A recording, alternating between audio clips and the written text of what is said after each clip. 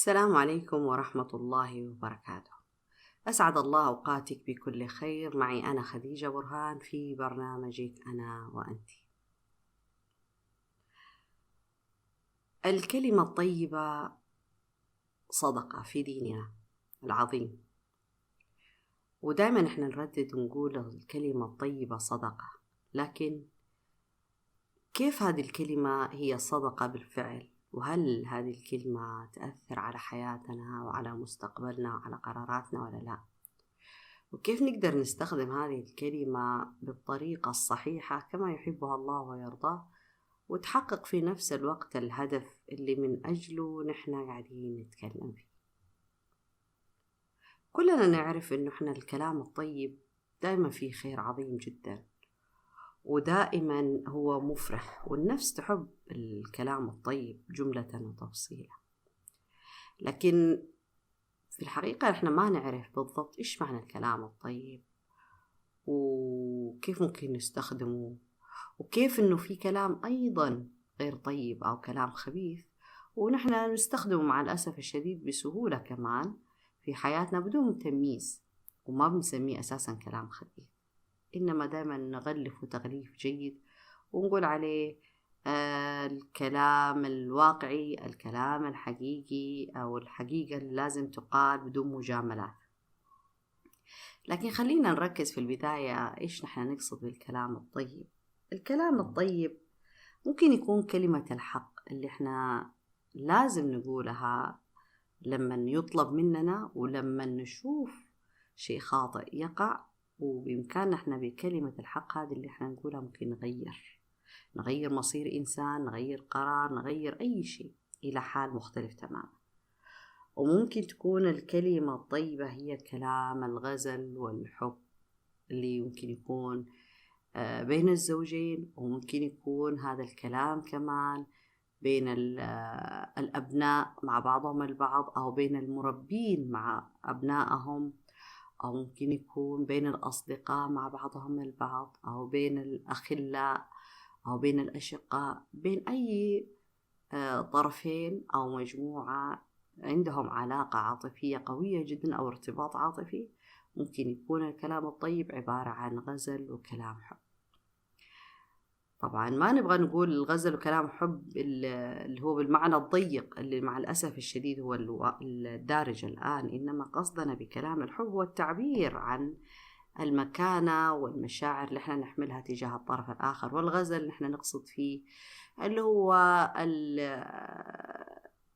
الغزل اللطيف اللي يثني فيه الإنسان على شخص ما، أو على سلوك ما، أو على شكل ما. ممكن يكون غزل الأم بأبنائها، تتغزل في ولدها ولا في بنتها، ممكن تتغزل بزوجها. ممكن يكون غزل الأبناء بأمهم أو غزلهم بأبوهم، طيب، والثناء على شكله ولا على سلوكه ولا على خلقه ولا على أي جانب هم يحبوه. ممكن يكون الغزل بين الأخوان بين بعضهم البعض في الثناء على سلوكياتهم وتصرفاتهم وأشكالهم وذكائهم وما وهبهم الله سبحانه وتعالى. فالمعنى واسع جدا، كل حسب يعني كيف يبغى يستخدم الكلام الطيب في الغزل والحب. ومن الكلام الطيب كمان عندنا كلام التشجيع والثناء على الآخرين. ممكن يكونوا أبنائنا، ممكن يكون أزواجنا، ممكن يكون زوجاتنا، ممكن يكون أنفسنا حتى. الكلام الطيب اللي احنا نقوله بقصد التشجيع يأثر كثير جدا في حياتنا، يأثر في واقعنا ويصنع مستقبلنا. وما ننسى أبدا أنه التشجيع هذا هو الشيء اللي يبني الناس. لكن مع الأسف الشديد برضو نقول احنا التشجيع دائما إذا كنا نبغى نستخدمه نحصره في الأبناء فقط، في حين أنه هو ما يحصر في أشياء ولا في أشخاص محددين، إنما هو التركيز على الإنجازات التي يقوم بها الآخرون. فأنا هنا لازم أشجع نفسي، أو أشجع أولادي، أو أشجع زوجي، أو أشجع زوجتي، أو أشجع الناس اللي حولي، أو أشجع أي إنسان أشوفه دخل دائرة الإحباط والإحساس بالفشل. إذن من الكلام الطيب قلنا عليه التشجيع. ومن الكلام الطيب كمان عندنا كلام المواساة وتطيب الخواطر. الكلمة الطيبة صدقة. كلام التطيب الخواطر والمواساة هذا من أمر عظيم جدا. يعني أحب الأعمال إلى الله سرور تدخله على مسلم. الإنسان لما يكون مصاب بفجيعة، فقدان أهل، فقدان أبناء، فقدان عزيز، فقدان مال، فقدان حياة، فقدان صحة وعافية، يحتاج مواساة، يحتاج تطيب خاطر، يحتاج تذكيره بمميزاته، يحتاج تذكيره برحمة الله سبحانه وتعالى، يحتاج يشعر نحن سند له. فهذا الكلام من الكلام الطيب الذي يحبه الله ويرضاه ويثني على صاحبه دائما وأبدا. فعندنا إذا من الكلام الطيب المواساة تطيب الخواطر، وعندنا كمان من الكلام الطيب السكوت عن الكلام السوء. سكوتنا اليوم عن الكلام السيء الذي ممكن نسمعه أو يقال لنا أو حتى نحن نقوله برضو من الكلام الطيب. النبي صلى الله عليه وآله وسلم أخبرنا في الحديث: من كان يؤمن بالله واليوم الآخر فليقل خيرا أو ليصمت. ولما قال يقول خيرا جعل الخير وضعه يعني مساحته كبيرة جدا. فمن الخير بعض الأحيان السكوت عن كلام السوء. الإنسان ممكن يسمع كلام سيء يجرحه، فلما يسكت عن الرد عليه هذا كمان رد بحد ذاته، لكنه رد طيب يحبه الله ويرضاه. لما الإنسان يتعرض لشيء سيء جدا، طيب من الكلام ومن الأفعال ومن التصرفات، فيسكت عنها وما يتفاعل معها بلسانه، فسكوته أيضا من الكلام الطيب. فإذا الكلام الطيب ممكن يكون شيء كبير جدا، مو مقصود فيه فقط هو الكلام العاطفي ولا الكلام الناعم ولا الكلام اللي فيه غزل ولا الكلام اللي فيه فقط بعض الجمل اللي احنا نحفظها في حياتنا، إنما مجال واسع جدا.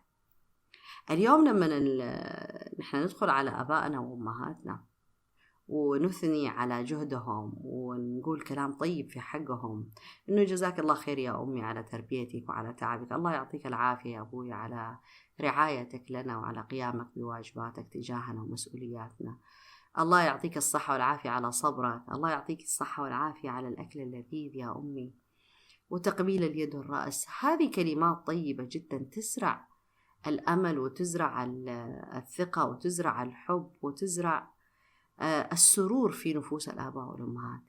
اليوم أنا لما يكون كلامي طيب مع أولادي وأثني عليهم: الله يعطيكم العافية، شكرا على المساعدة، الله يعطيكم العافية على تحملكم مسؤولية أنفسكم، قديش أنا إنسانة محظوظة أن الله سبحانه وتعالى رزقني هؤلاء الأبناء وهؤلاء البنات. ولما أقول يا سلام على خلقكم، يا سلام على خلقتكم الجميلة، يا سلام على الابتسامة الحلوة، يا سلام على النظرة الجميلة، يا سلام على التعامل، هذا الثناء اللي أنا اليوم أعطيه لأولادي وبناتي بهذه الطريقة هو من الكلام الطيب، ويبقى أثره في نفسهم ويفعل فعل السحر زي ما نقول، أو يفعل ما لا تفعله الأفعال نفسها. يعني اليوم أنا إذا بغير سلوك في أبنائي ما ركز على السلوك السيء، إنما ركز على السلوك الجيد المخالف له. إذا كان أبنائي عندهم حالة من الإهمال، دائما أركز على جوانب الأفضل فيهم، إنه يا سلام على إنه لمن كيف أنتوا يعني سلوككم حلو وتحملكم للمسؤولية. معناه تحمل المسؤولية هو خلاف الإهمال. فأنا لما أركز على كذا هو يقل تركيزهم على الجانب السيء في سلوكياتهم، فدائما هذا الكلام الحلو والطيب اللي يسمعوه مني حتى أنهم يحصلوا عليه دائما وأبدا حيحسنوا سلوكياتهم ويراقبوا تصرفاتهم. فشوفوا كيف التأثير الكلام الطيب اللي ممكن يكون بين الزوجين، اللي هو دائما أو أغلب المشاكل الزوجية هي عبارة عن سوء تفاهم فقط، ما حد عارف يقول كلمتين حلوين مع بعض. ليش؟ لأنه كل واحد بيعبر بلغة مختلفة تماما عن حبه للثاني. لذلك بعضهم نلاقيه مثلا تعبيره عن الحب يكون، أو رغبته في التعبير عن الحب يكون بإظهار العنف في السلوك مثلا، أو إظهار بعض الكلمات الغير لائقة. فنحن اليوم لما نشوف زوجين في حالة خصام طويلة جدا، أو في حالة خصام بالكلام أو جفاء في التعامل مع بعضهم البعض، ممكن الناس أو حتى نفس الأشخاص يقولوا ما عنده إحساس، ما يحبني، ما يعاملني باحترام. والمسألة ما هي كذا، المسألة أنه كلا الزوجين ما هم عارفين يعبروا عن هذا الحب وعن هذا التقدير بالكلمات، مجرد كلمات. نحن دائما نعقد الموضوع في مسألة الكلام ونقول أنا كيف أتكلم كلام ما أشعر فيه. مو بالضرورة في البداية أنا أشعر بالكلام، لكن لازم أقوله، وأقوله لله سبحانه وتعالى، وأقوله لأن الله سبحانه وتعالى يقول في القرآن الكريم إليه يصعد الكلم الطيب. الكلمة الطيبة والكلام الحلو، كلام الغزل والحب، لما أقول اليوم المرأة يعني تقوله المرأة مثلا تقوله لزوجها، ولا الزوج يقوله لزوجته، لازم يحتسبوا عند الله سبحانه وتعالى هذا الكلام، ما ينتظروا ردة الفعل تلقائية. مشكلتنا في كلام الحب والغزل بين المتزوجين إنه يفترضوا إنه لما يقولوا كلام حلو إنه لازم يكون الجواب حلو. ممكن يكون ما في جواب، فمو مهم الآن الجواب، وطبيعي إن الإنسان يرغب في الجواب، لكن لازم نعطي فرصة للطرف الآخر كمان يلاقي الكلمات المناسبة للتعبير أو للرد المناسب. فما نقرر والله إنه أنا دائما أقول كلام حلو لكني ما أسمع كلام حلو. ما تسمع كلام حلو لأن الطرف الثاني ما عنده مفردات كثيرة يقولها، ما عنده طريقة للتعبير، قاعد يحاول يوجد. لازم نلتمس الأعذار في هذا الجانب. لذلك نرجع نقول إنه كثير من سوء الفهم من المشاكل الزوجية اللي تحدث هي عبارة عن سوء فهم. كلام انقال وما قصد به المعنى نفسه، أو أسيء اللفظ فيه، فبالتالي فهم الطرف الثاني بطريقة ثانية، فبالتالي يصير في خصومة شديدة جدا. إذن هذا هو اللي احنا نتكلم عنه ونقصده بالكلام الطيب. طيب إيش ممكن يأثر علينا هذا الكلام الطيب؟ ليش لازم نحن نتحلى أو يكون عندنا أسلوب في طرح الكلام الطيب أو في قول الكلمة الطيبة؟ إيش الداعي لهذا كله؟ هل معقولة الكلمة اليوم تأثر لهالدرجة يعني تحيي إنسان وممكن تميته، ممكن تبني مستقبل إنسان وممكن تهدمه، ممكن تخلي إنسان يتعافى وتخلي إنسان ثاني يمرض، ممكن تخلي إنسان سعيد ممكن تخلي إنسان شقي؟ نعم، الكلمة هذه تأثر. قيمتها مو هي ككلمة إنما كتأثيرها. الكلمة عبارة عن إيش؟ نفترض أنه الكلمة عبارة عن رصاصة، فالرصاصة هذه راح تصيب شيء معين، إما تصيب وتقتل، وإما أنها تنجي، وإما أنها تخوف، وإما أنها تصرف شيء سيء، وإما أنها تجلب شيء كويس، وإما أنها تنبه على شيء معين. حتى الرصاص وهو رصاص له فوائد. إحنا دائما الرصاص يقتل، نقول لا، مو بالضرورة يقتل الإنسان السيء إذا إحنا عرفنا نصيب الهدف فيه. ممكن لما نطلق الرصاص يعطي تنبيه، لما إنسان يكون في معزل مثلا يعطي تنبيه إنه في إنسان هنا في هذا المكان، فهذا صوت الرصاص العالي جدا ينبه على وجود هذا الشخص. ممكن يكون هذا الرصاص يطرد الحيوانات الضارة أو المؤذية أو القاتلة أو المفترسة عن الإنسان. ممكن الإنسان بالرصاص هذا يصيب فيه هدف، يصطاد فيه حيوان ويتغذى منه وينتفع منه، فبالتالي حسب استخدامنا لهذا الرصاص يكون له فائدة. ونفس الكلام ينطبق على الكلام، حسب أنا كيف اليوم استخدم هذا الكلام راح يأثر بطريقة إيجابية أو سلبية. خليني أتوقف معاكي وأطلع فاصل قصير ونكمل كيف يأثر ممكن هذا الكلام الطيب في حياتنا بشكل مباشر أو غير مباشر.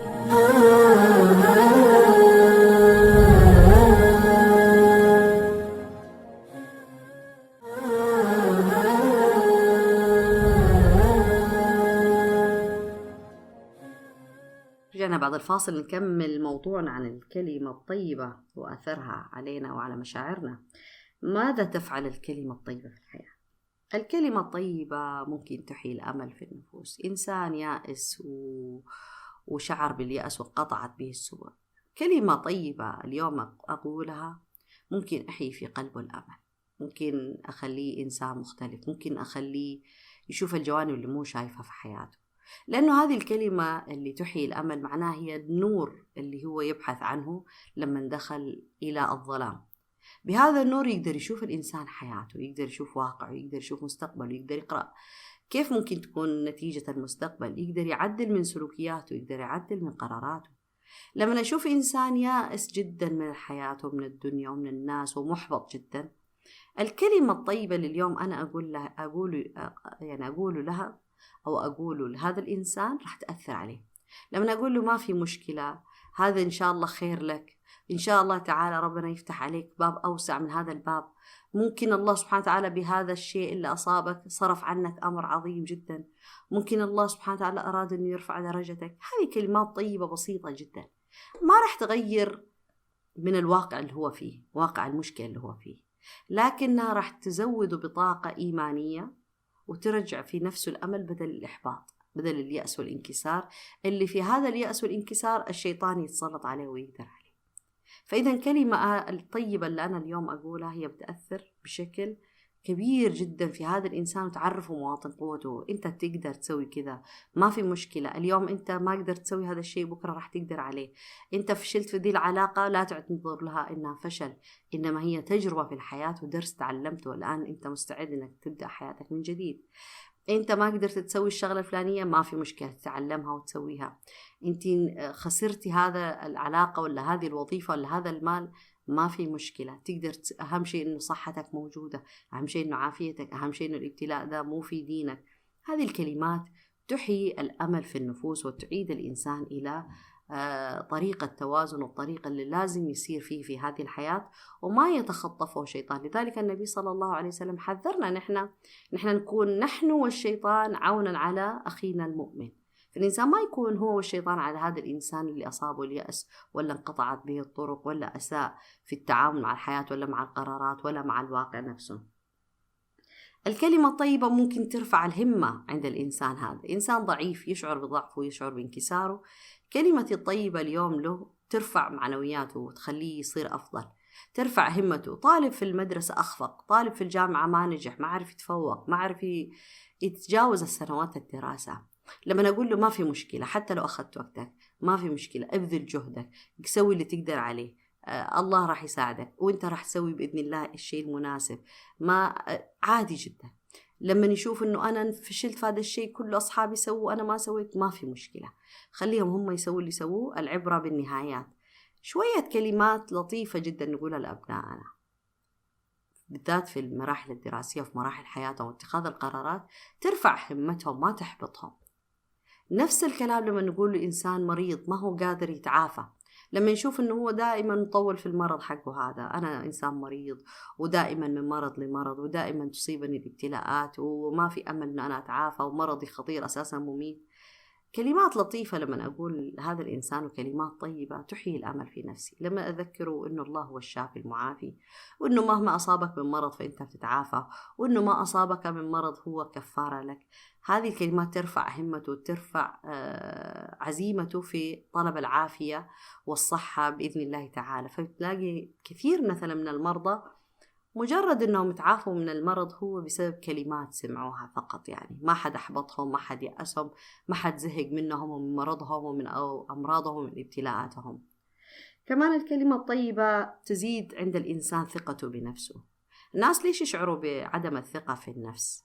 لأنهم يسمعوا كلمات محبطة، أنت ما تقدر، أنت فاشل، مهما سويت ما تنجح، مهما سويتي ما ينفع، مهما لبستي ما راح تطلع حلوة، ومهما اتخذت قرارات فأنت ما تفهم وأنت ما تعرف وأنت ما تقدر. كل هذه الأشياء تكسر الهمة والعزيمة. لكن نستبدلها بكلمات ألطف وأجمل منها، أنه ما في مشكلة، تقدر، وأهم شيء نفسك، ولا تقارن نفسك بالآخرين، وشوف فين كنت وفين صرت وفين راح تصير في المستقبل، وإذا سويت زي كده حيكون أفضل لك. بهذا الشكل نحن نرفع ثقة الناس اللي حوالينا. الناس هذول ممكن يكون أبائنا، ممكن أمهاتنا، ممكن أزواجنا، ممكن زوجاتنا، ممكن أصدقائنا. نزيد ثقتهم بنفسهم لما نعرفهم ونوريهم نقاط القوة في أنفسهم، النقاط اللي هم ما يشوفوها لما يكونوا محبطين. الكلمة الطيبة صدقة تعيد الحق إلى أصحابه. ممكن الكلمة الطيبة اليوم اللي أقولها هي ترجع الحق لأصحابه. لما أنا أشهد شهادة الحق، لما أثني على شخص ما أقول لا فلان ما يسوي زي كده، وأنا شفت كذا وأنا رأيت كذا وهكذا، أنا أرجع بكلمة طيبة هذه الحق إلى أصحابي. كثير من الحقوق تضيع وكثير من المظالم تقع على أصحابها بسبب أنه الناس ساكتين فقط. ليش؟ لأنه أنا ما يخصني، ما أبغى أسوي مشاكل، ما أبغى الأمور تتعقد أكثر. فسكوتهم هذا هو اللي يأثر على واقعنا وعلى حياتنا. فبالتالي هنا الكلمة الطيبة، الكلمة الحق اللي أنا أقولها اليوم هي صدقة وأكثر من الصدقة، وهي من الفعل الواجب للإنسان يسويه. ما هو بس مندوب ولا هو أفضل شيء ولا أنه من حسن الخلق، لا، إنما واجب علي اليوم أن أنا أقول كلمة حق في فلان. لما أشهد شهادة حق في حق فلان الفلاني أو في حق فلانة الفلانية، حتى يأخذوا حقهم، حتى يصلوا للشيء الذي يريدوا أن يصلوا إليه. الكلمة الطيبة صدقة أصلها ثابت وفرعها في السماء تؤتي أكلها كل حين. الله سبحانه وتعالى قال إيش في القرآن الكريم؟ ومثل كلمة طيبة كشجرة طيبة أصلها ثابت وفرعها في السماء تؤتي أكلها كل حين بإذن ربها. يعني إيش يعني الكلمة الطيبة هذه هي بذور الإنسان يضعها في هذه الأرض. الأرض ممكن تكون قلب إنسان مجروح، ممكن تكون قلب إنسان حزين، ممكن إنسان مذنب، ممكن إنسان محبط، ممكن إنسان غير سعيد وغير موفق.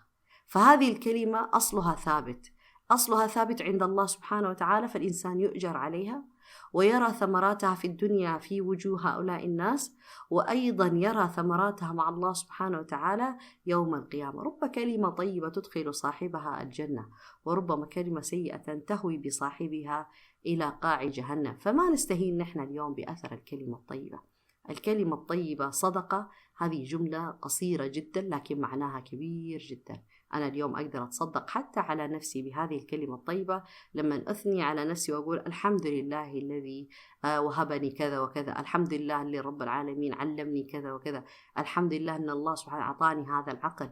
هذا ثناء على الله سبحانه وتعالى وتذكير بالفضل لصاحب الفضل، لكنه كمان أنا أذكر نفسي بما وهبني الله سبحانه وتعالى. اليوم الكلمة الطيبة هي التي نحتاجها نحن حتى نطيب مشاعرنا، حتى نحن نبني أنفسنا، حتى نغير واقعنا، حتى نساعد أنفسنا ونساعد الآخرين.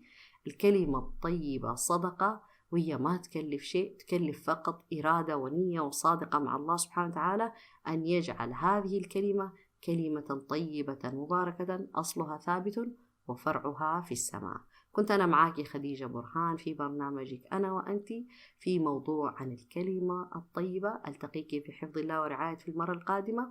أتركك في حفظ الله، في أمان الله.